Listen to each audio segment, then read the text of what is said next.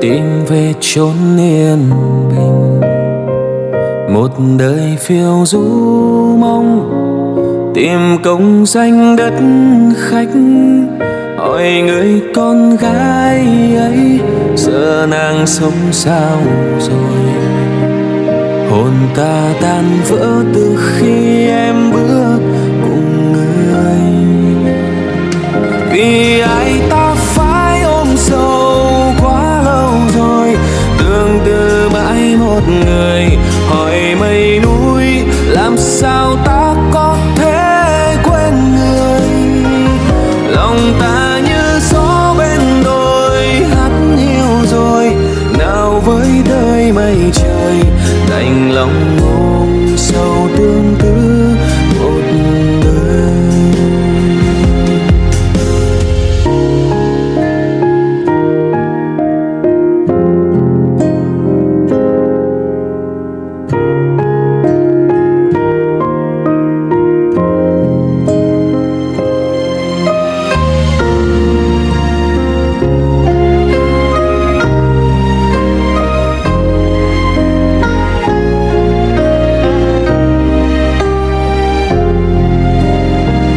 Nhiều khi ta muốn tìm về chốn yên bình, một đời phiêu du mong tìm công danh đất khách, hỏi người con gái ấy giờ nàng sống sao rồi.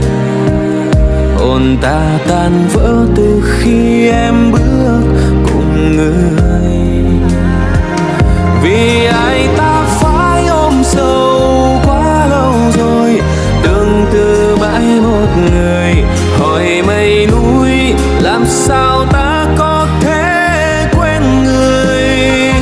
Lòng ta như gió bên đồi hắt hiu rồi, nào với đời mây trời đành lòng ôm sâu tương tư một đời. Vì ai ta phải ôm sâu quá lâu rồi. Tương tư mãi một người, hỏi mây núi làm sao ta có thể quên người.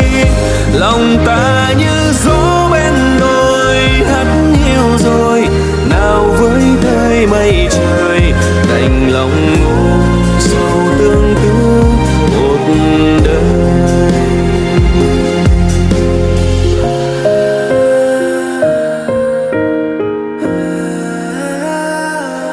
Nặng lòng mang sâu tương tư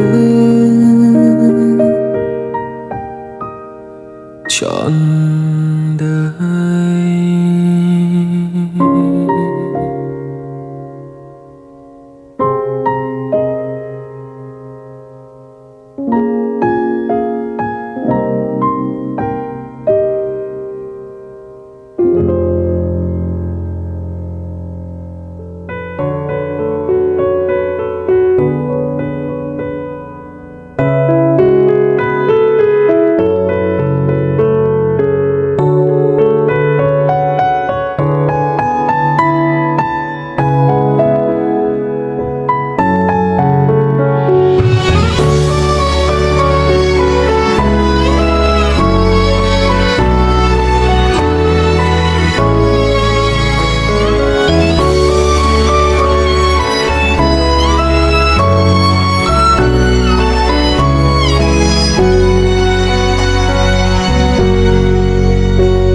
Tháng ngày mình dành cho nhau giờ là quá khứ làm ta đớn đau.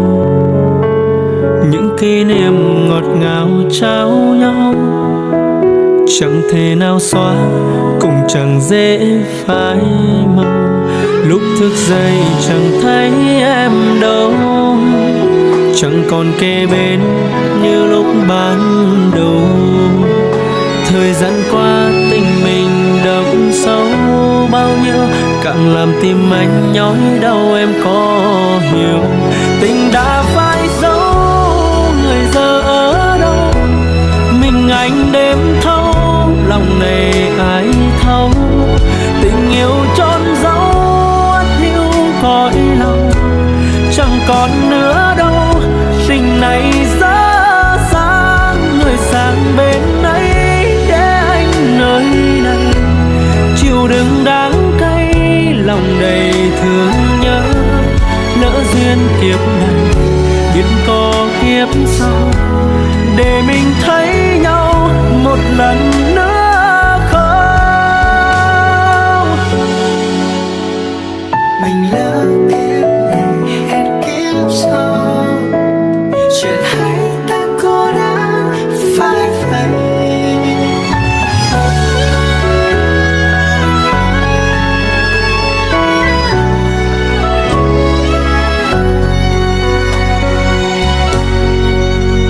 Lúc thức dậy chẳng thấy em đâu, chẳng còn kề bên như lúc ban đầu. Thời gian qua tình mình đậm sâu bao nhiêu, càng làm tim anh nhói đau em có hiểu. Tình đã phải dấu, người giờ ở đâu, mình anh đêm thâu, lòng này ai thấu. Tình yêu trôn giấu cõi lòng, chẳng còn nữa đâu. Tình này dở dang, người sang bên ấy để anh nơi này chịu đựng đắng cay, lòng đầy thương nhớ. Lỡ duyên kiếp này biết có kiếp sau, để mình thấy nhau một lần nữa không. Tình đã phai dấu, người giờ ở đâu, mình anh đêm thâu, lòng này ai thấu. Tình yêu trôn giấu hất hiu cõi lòng, chẳng còn nữa đâu. Tình này dở dang, người sang bên ấy để anh nơi này chịu đựng đắng cay, lòng đầy thương nhớ. Lỡ duyên kiếp này biết có kiếp sau, để mình thấy nhau một lần nữa không. Lỡ duyên kiếp này biết có kiếp sau, để mình thấy nhau chẳng còn đớn đau.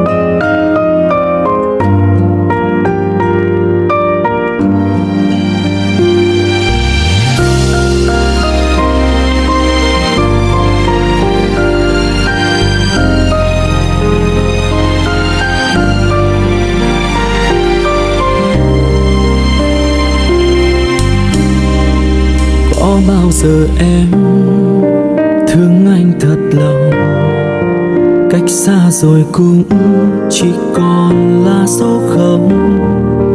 Thế nào là đủ, bao nhiêu cho vừa.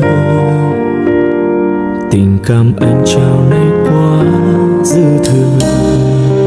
Có bao giờ em nhớ thương một người, chắc không phải anh nên em rời xa đây thôi. Hứa hẹn cùng nhau đến khi bạc đầu, lời ước thề kia em vớt đi đâu. Em cứ bước đi đi, xem tình yêu này không có gì. Anh cũng chẳng cao sang, chăm lo em toại nguyện như ý.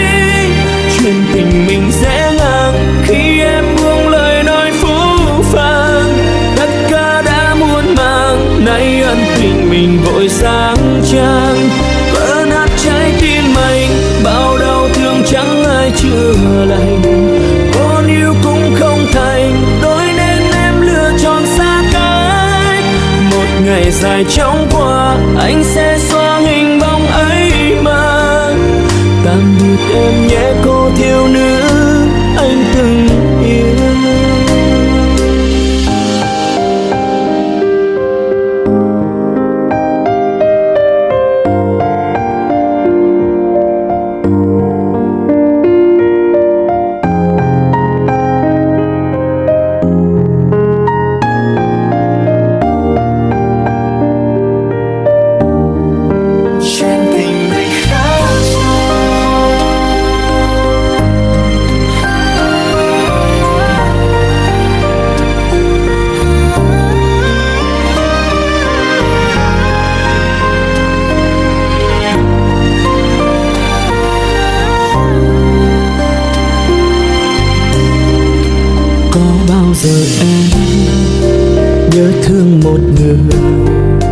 Chắc không phải anh nên em rời xa đây thôi.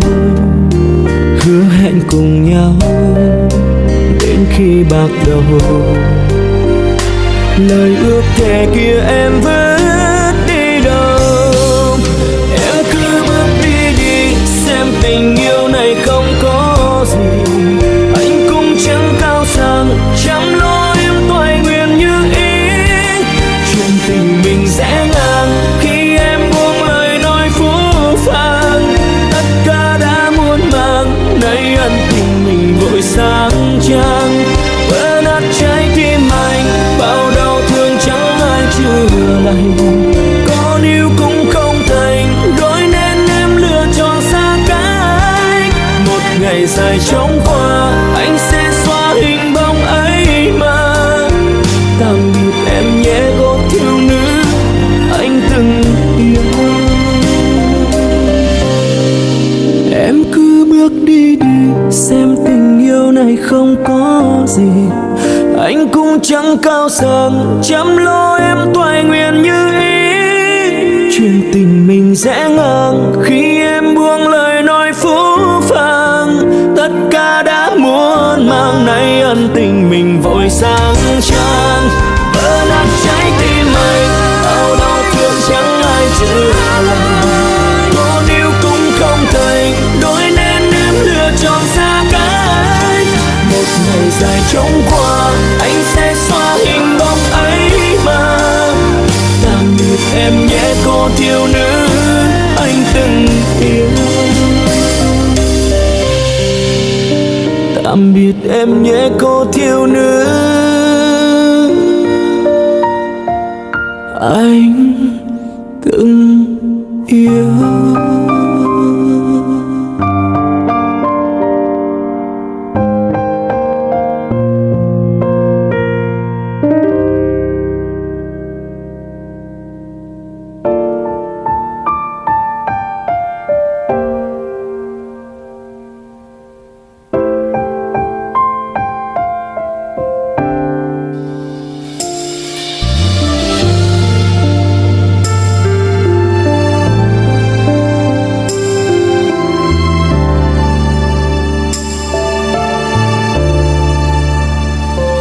Mất em rồi anh mới biết bình yên là đâu. Khi chúng ta xa rời anh mới thấu con tim u sầu.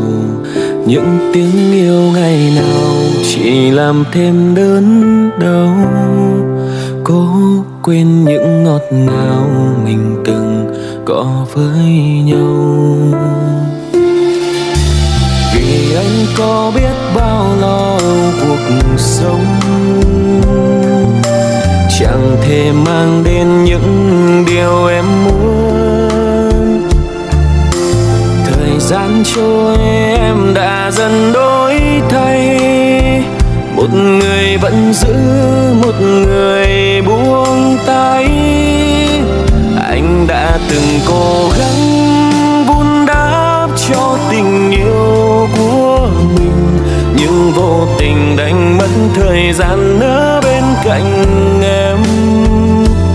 Người đàn ông trong tay chẳng có gì, tương lai quá mơ hồ. Anh mơ về mai sau nhiều hơn những gì anh có. Sao em đành buông tay khi vẫn có người chờ em cuối chân trời để nói ra lời xin lỗi muộn màng.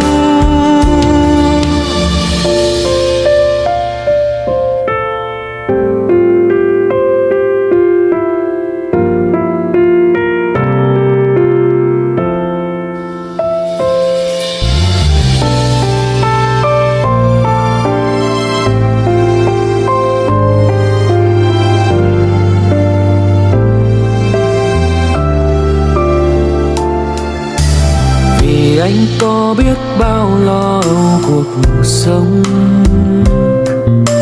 chẳng thể mang đến những điều em muốn. Thời gian trôi em đã dần đổi thay. một người vẫn giữ, một người buông tay. Anh đã từng cố gắng vun đắp cho tình yêu của mình, nhưng vô tình đánh mất thời gian ở bên cạnh em. Người đàn ông trong tay chẳng có gì, tương lai quá mơ hồ. Anh mơ về mai sau nhiều hơn những gì anh có. Sao em đành buông tay khi vẫn có người chờ em cuối chân trời để nói ra lời xin lỗi muộn màng. Anh đã từng cố gắng vun đắp cho tình yêu của mình, nhưng vô tình đánh mất thời gian ở bên cạnh em. Người đàn ông trong tay chẳng có gì, tương lai quá mơ hồ. Anh mơ về mai sau nhiều hơn những gì anh có. Sao em đành buông tay khi vẫn có người chờ em cuối chân trời để nói ra lời xin lỗi muộn màng. Rời xa nhau vì mình có duyên không phận.